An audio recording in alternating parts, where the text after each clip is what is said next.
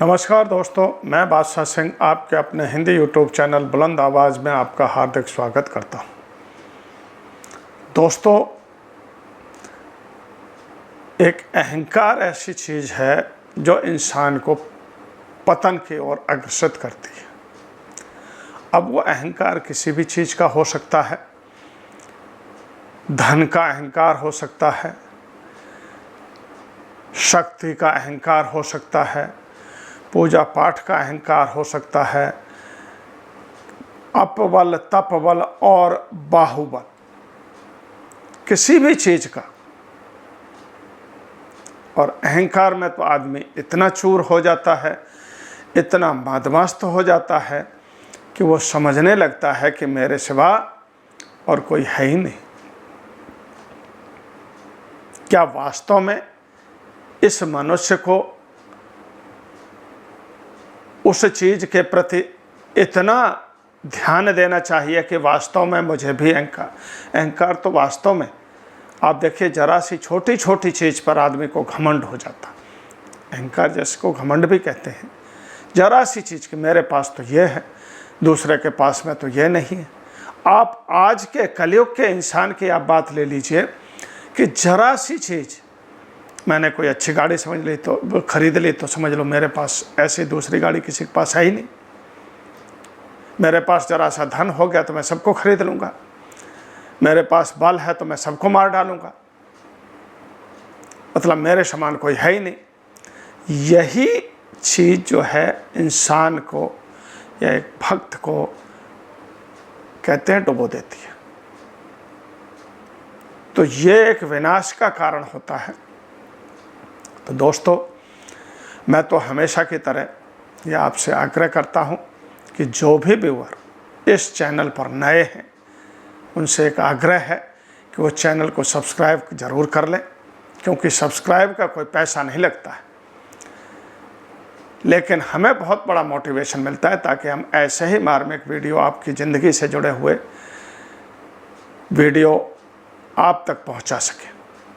तो सब्सक्राइब ज़रूर कर लें, वीडियो अंत तक देखें, तभी ये बात समझ में आती है।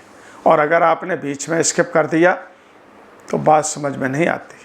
और इसलिए महापुरुषों ने कहा है कि समझ में आ गई तो बात जरा सी, नहीं तो लख 84। तो समझने की बात है, पता नहीं कौन सी चीज़ आपके दिमाग में टच कर जाए और आपकी ज़िंदगी बदल जाए। तो इसलिए अंत तक देखें। वीडियो पसंद आए तो एक लाइक ज़रूर कर दें और अपने दोस्तों के साथ शेयर करना ना भूलें। चलते हैं वीडियो में आगे। दोस्तों, एक दृष्टांत आता है कि एक दैत्यराज वेकटासुर ब्रह्मा जी का बहुत बड़ा भक्त था।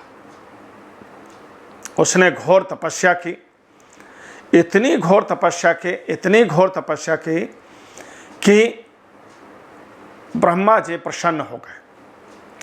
जब ब्रह्मा जी प्रसन्न हो गए तो उनके सामने, वो वेकटासुर के सामने प्रकट हुए और कहा कि बेटा, मैं बहुत ही प्रसन्न हूँ तुम्हारी तपस्या से, तुम्हारी भक्ति से,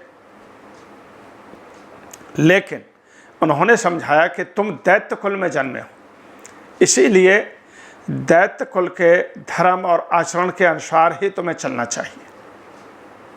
तुमने तपस्या की, मैं बहुत प्रसन्न हूँ, तो चलो कोई वरदान अगर तुम्हें मांगना है तो मांग लो। इतना कहना था कि वेकटासुर बहुत प्रसन्न हुआ और उन्होंने कहा कि प्रभु, अगर आप देना ही चाहते हैं तो मेरे को, मैं अब आगे ज़िंदगी मैं सुख भोगना चाहता हूँ और बहुत लंबी ज़िंदगी जीना चाहता हूँ, इसलिए मेरे को ऐसा वरदान दीजिए ताकि मेरी मृत्यु ना हो। वरदान ऐसा मांग लिया वेकटासुर ने। ब्रह्मा जी ने समझाया कि देखो, ऐसा है, जिस चीज़ का इस मृत्युलोक में, इस धराधाम पर जिस चीज़ का भी जन्म होता है, उसको एक दिन जाना जरूर पड़ता है। तो ये तो संभव नहीं है, लेकिन हाँ, मैं एक तुम्हें वरदान ऐसा देता हूँ कि तुम्हारी जो मृत्यु है केवल और केवल एक स्त्री के द्वारा ही संभव होगी।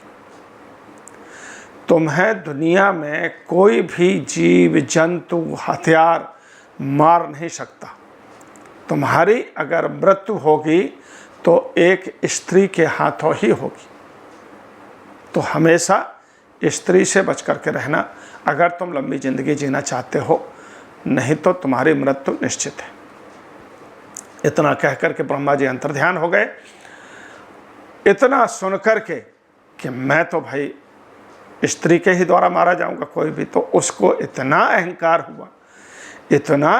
हुआ कि उसने अत्याचार करना शुरू कर दिया। देवी देवताओं को, दैत्यों को, सब को, क्योंकि अब तो मेरे को कोई मारने वाला ही नहीं।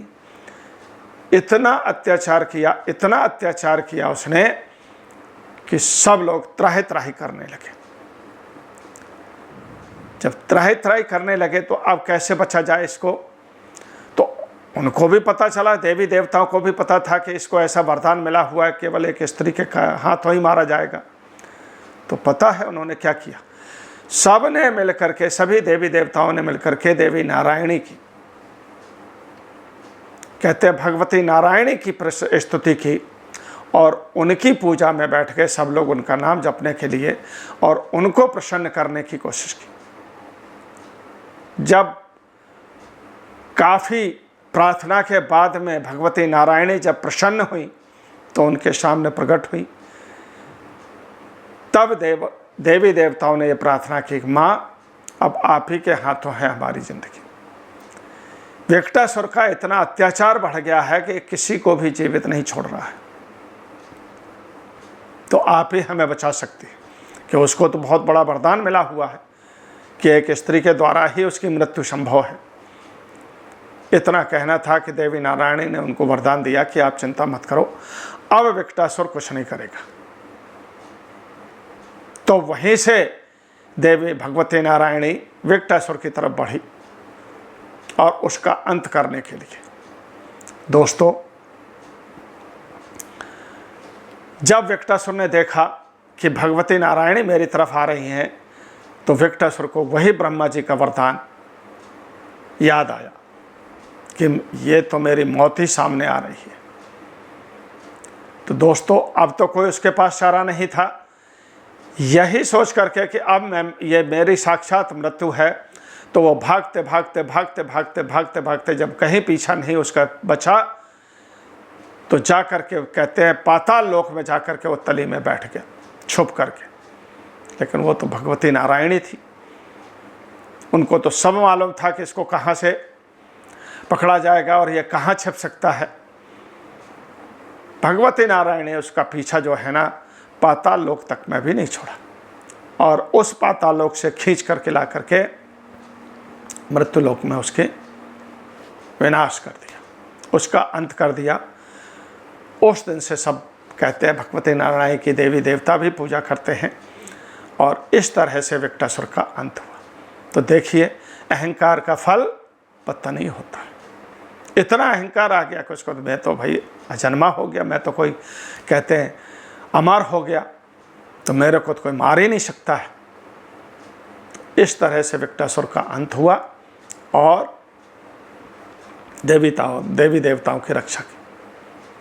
तो दोस्तों, अगर वीडियो पसंद आया हो तो एक लाइक ज़रूर कर दें, चैनल को सब्सक्राइब कर लें और अपने दोस्तों के साथ शेयर ना करना। मैं तो इतना ही कहना चाहूँगा।